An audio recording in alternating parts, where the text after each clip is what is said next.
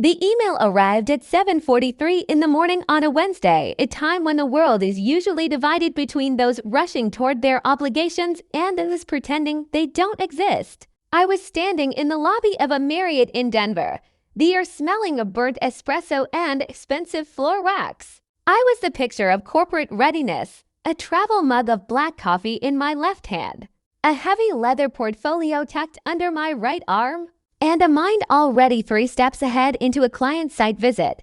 I was 12 minutes away from meeting a regional hospital group.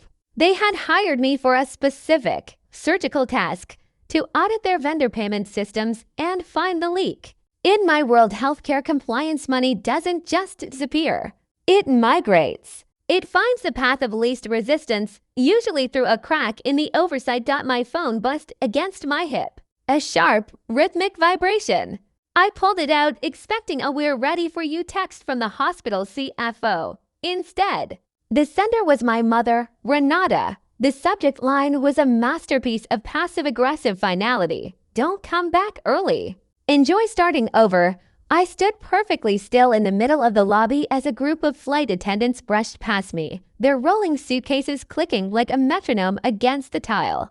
I almost didn't open it. My history with Renata's emails was a long, wearing chronicle of grievances. Usually, they were about the heating bill, the mysterious sound the pipes made at 3 a.m., or a pointed suggestion about how I should spend my weekends. Ever since I had made the catastrophic miscalculation of inviting her to live with me, my inbox had become a battlefield of small, domestic skirmishes. I opened it, expecting a complaint about a leaky faucet.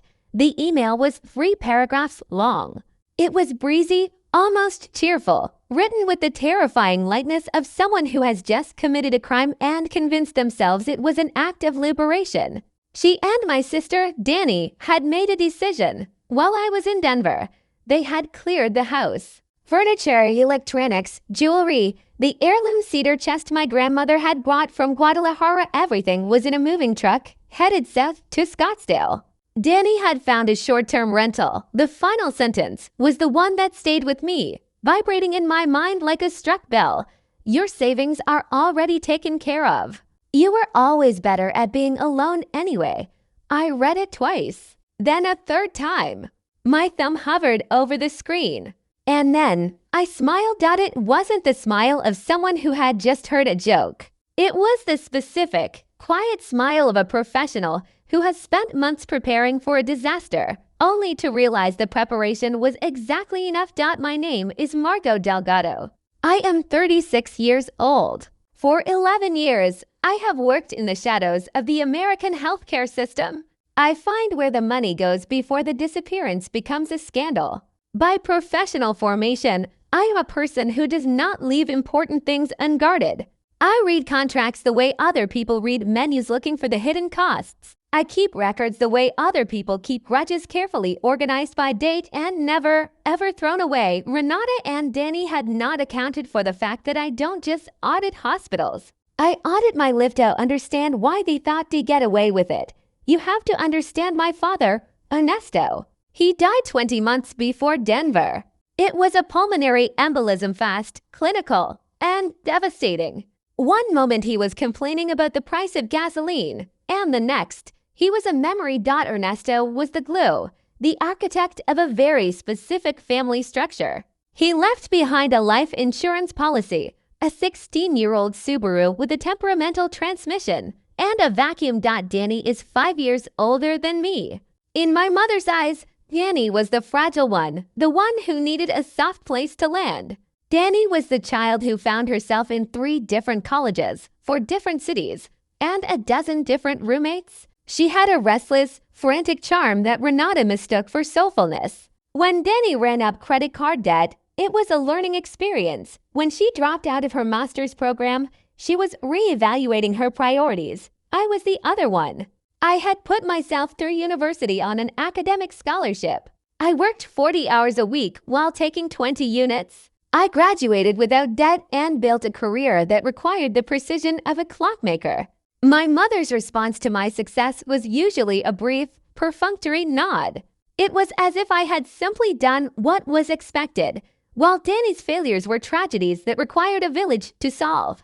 After Ernesto died, Renata claimed she couldn't manage the house. She was 63, in excellent health, and fully capable of living independently.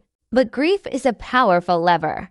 She used it to pry her way into my home in Sacramento. I had bought that house at 31, a 3-bedroom craftsman with a wraparound porch and a mortgage I paid for with blood, sweat, and long nights in data rooms. Just for a few months, Renata had said. Then Danny needed a regroup. Those few months became 3 years. I paid for everything. The mortgage, the property taxes, the high-speed internet they used to browse vacation rentals, the organic groceries, the insurance. I drove Renata to her appointments. I handled the labyrinthine estate paperwork for my father's passing. I was the silent engine that kept their lives running, and in return, I was treated the way people treat a refrigerator. You only notice it when it stops working. I was relied upon, and because I was relied upon, I was deeply resented. The betrayal didn't start with the moving truck. It started with the small things, the data points I began collecting 9 months before the Denver trip. In my line of work, we call them red flag indicators. First, it was Danny's sudden interest in my financial wellness. She began asking questions during dinner, casual, throwaway questions. Do you use a credit union or a big bank? Is the savings account linked to the one you use for the utilities? I'm just trying to get my own life together, Margo. I want to know how the pros do it. I gave her vague, true-sounding answers. I told myself she was just maturing. But a week later, I noticed the mail. I keep my mail on the console table in the hallway. One Tuesday, I saw a bank statement from an old account I rarely used. The fold of the envelope was off, just a fraction of a millimeter. The adhesive had been pressed back down, but there was a tiny, jagged lift at the corner. Someone had opened it, read it, and tried to hide the intrusion. Then came the doorway presence. Renata started standing in the doorways of rooms while I was working. I would be at my desk, paying the household bills, and I'd feel her. She wouldn't say anything. She would just stand there, her eyes drifting toward my laptop screen, tracking the movement of my fingers. When I'd turn around, she'd ask if I wanted tea. Her voice a pitch to high. The cold clarity arrived on a Thursday evening in April. I had returned early from a 2-day trip to a clinic in Tahoe. The house was quiet. I walked into my home office and found Danny sitting at my desk. Her back was to the door. She was hunched over a piece of paper, frantically scribbling notes. Beside her was a bank statement I had foolishly left in the recycling bin, shredded. But apparently not shredded enough. She heard my footsteps and slammed a folder over the paper. I was just looking for a stapler, she said. Her face wasn't red with shame. It was tight with the annoyance of being interrupted. I didn't argue. I didn't demand to see the paper. I simply nodded, said top drawer, left side, and went to my bedroom. I sat on the edge of my bed with my hands in my lap, perfectly still. I wasn't angry. I was calculating. In an audit, once you find the first fraudulent invoice, you don't stop and scream. You keep quiet. You go back to the beginning. And you map the entire network. That night, I called Philip Weston. Philip is a 51-year-old former banking litigator who now runs a private practice in Sacramento. He is a man who speaks in deliberate, unhurried sentences. He makes chaos feel like a manageable spreadsheet. How much do they have? Philip asked after I explained the situation.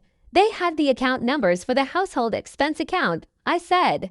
They likely have my social security number from my father's estate papers. And Danny has been appraising the furniture. Then we start today, Philip said.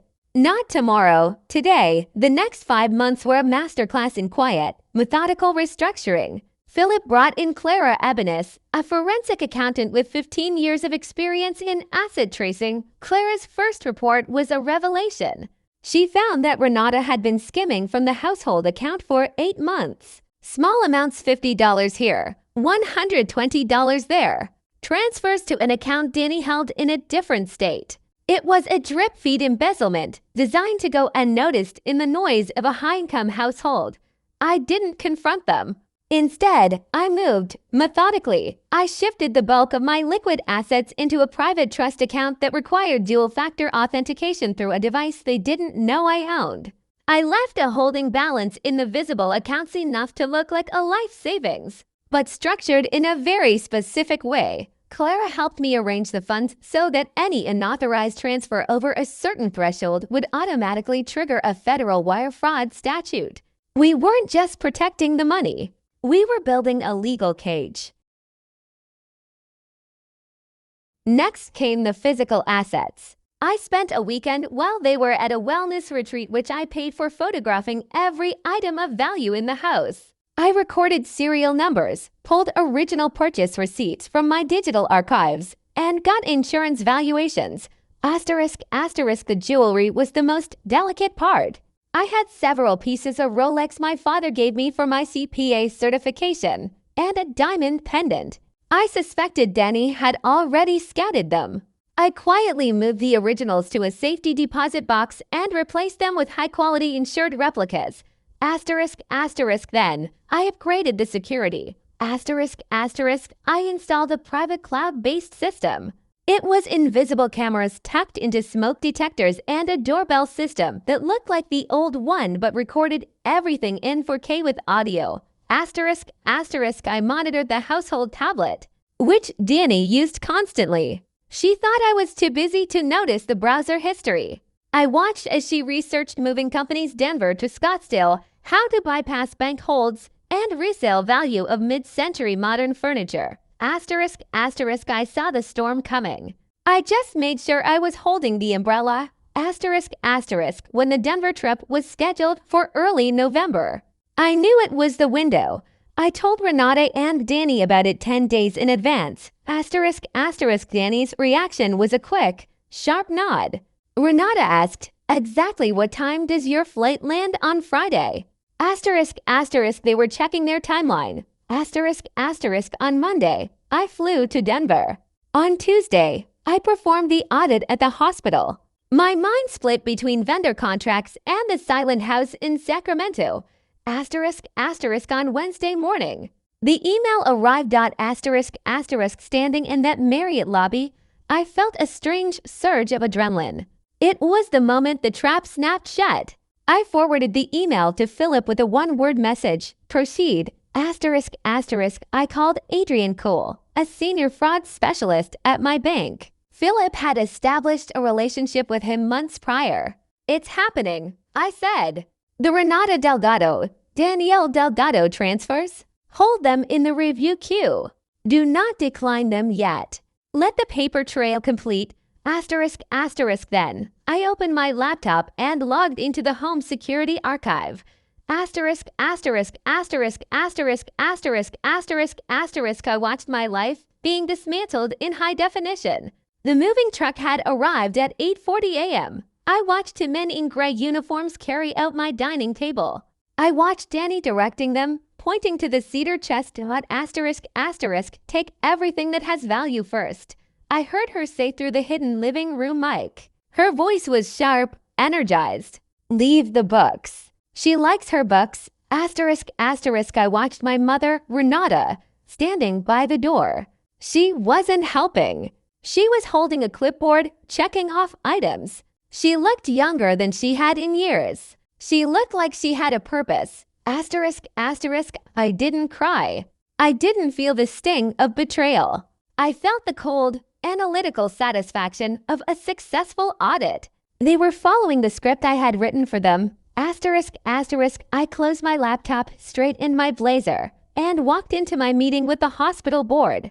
I am a professional. I was not going to let them take my career.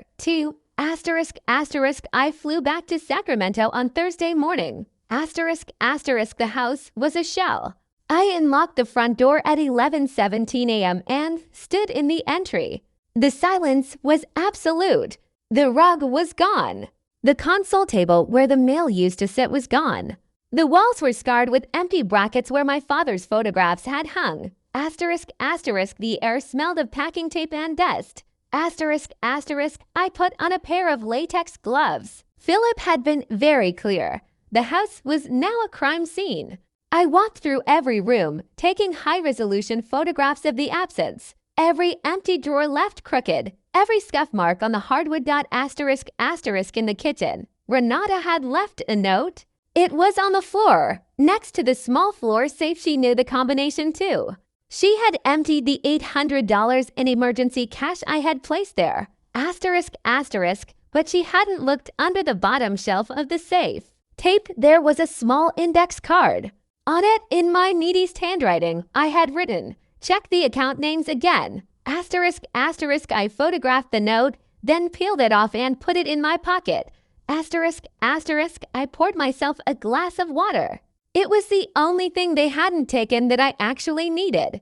Then I sat on the floor in the center of my empty living room and waited. Danny called first at 6:58 p.m. I let it ring. Renata called at 7:40 p.m. Then 7:41 on the fourth attempt. I answered. What did you do? Renata's voice was a shriek. The breezy tone from the email was gone, replaced by a frantic, jagged panic. The card isn't working.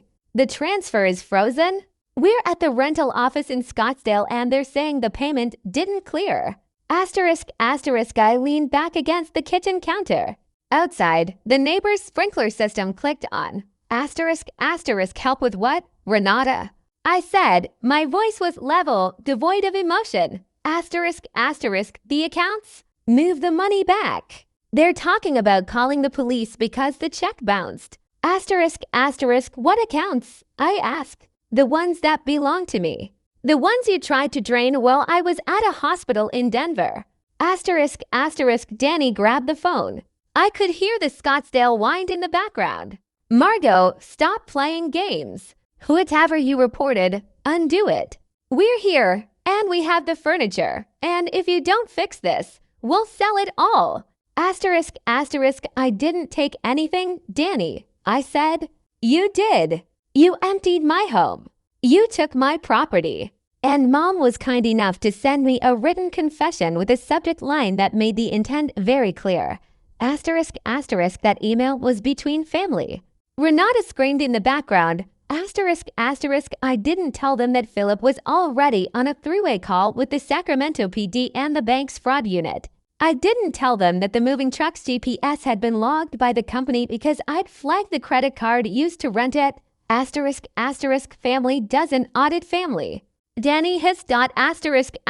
No, I said. Family doesn't rob family. But an auditor. An auditor always checks the receipts. I hung up.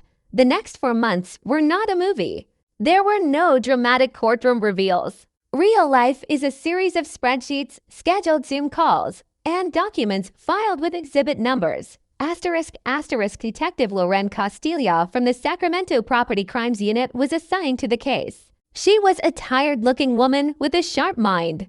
I handed her a thumb drive containing the 4K security footage of the theft, the forensic audit from Clara Ebenist documenting 8 months of embezzlement. The email from Renata. The photographs of the house before and after. Detective Castilla looked at me after 3 hours of reviewing the evidence. You did 90% of our work for us, she said. It's what I do for a living, I replied. The civil settlement was a cold, hard piece of math. Renata's attorney, sensing the overwhelming weight of the federal wire fraud potential, negotiated for a structured repayment. The terms were non-negotiable. Full return of all furniture and jewelry. Full restitution of the $14,000 skimmed over the previous 8 months. A formal signed acknowledgement that the removal of property was unauthorized. Danny's separate agreement included a 5-year probationary structure. If she so much as bounced a check, the criminal charges would be reinstated. I got back approximately 89% of the value of what was taken. The rest was lost to depreciation and legal fees, but I considered it the cost of a very necessary education. Asterisk, asterisk, I rebuilt the house, but I didn't put it back the way it was. Asterisk, asterisk, I bought a new dining table, a heavy, solid oak piece that required for men to move. I bought it alone on a Saturday morning. I repainted the back rooms. Danny's old bedroom, the place that had held 3 years of her chaos and my unreciprocated patience, was gutted. Asterisk, asterisk, I turned it into a state-of-the-art home office. A standing desk, dual monitors, a chair that actually supported my spine. Within 60 days, I was running 3 new client contracts out of that room. Asterisk, asterisk, the space that had once been a source of resentment was now the place where I built my future. That was my favorite part. Asterisk, asterisk, Renata called one last time. 7 weeks after the settlement was finalized. She was living in a small apartment in a part of town she would have previously called beneath her. Asterisk, asterisk, is there a path back? She asked. Her voice was small. To a relationship. Asterisk, asterisk, I sat in my new office, looking at the clean lines of my monitors. I thought about the 11 years of being the one who paid. I thought about the resealed mail. I thought about her standing in the doorway, waiting for me to fail so she could take what I had built. Asterisk, asterisk, I thought about the email. You were always better at being alone anyway. Asterisk, asterisk, I don't know, I said. But Renata, I went back and checked the records. Asterisk, asterisk, what records? Asterisk, asterisk, the ones from when I was 10. When Denny broke the neighbor's window and you told Dad it was me so she wouldn't lose her summer camp privileges. I found the old diary I kept. Even then, I was keeping track. Asterisk, asterisk, there was a long silence on the other end. Asterisk, asterisk, not right now. I said, asterisk, asterisk, I hung up first. People like to call what I did a trap. Renata calls it a trap. Danny calls it a betrayal. They use those words because it allows them to remain victims in their own narrative. If it was a trap, then I am the predator. But it wasn't a trap. It was just reality. When you take something that doesn't belong to you, the person you took it from has a right to know. The records I kept, the photographs, the hidden cameras, the forensic accounting, that wasn't cruelty. That was accounting. People who take from family depend on a single, poisonous assumption. They believe that love means you won't enforce what's yours. They think you'll be too hurt to be methodical. They think you'll be too guilty to call the police. They think you're afraid of being called cold. I had spent 36 years being taught that lesson. I had spent a lifetime believing that my role was to be the foundation so that others could be the weather. I was done with that. If you are reading this, and there is someone in your life who is slowly dismantling your peace, someone who treats your stability as a resource to be harvested, I have one piece of advice. Stop feeling. Start documenting. Love is a beautiful thing, but it is not a legal defense. And in the end, when the rooms are empty and the truck has driven away, the only thing that will save you is the paper trail. I'm Margo Delgado. I am alone in my house. The silence is no longer an absence, it is a choice. And for the first time in my life, the books finally balance.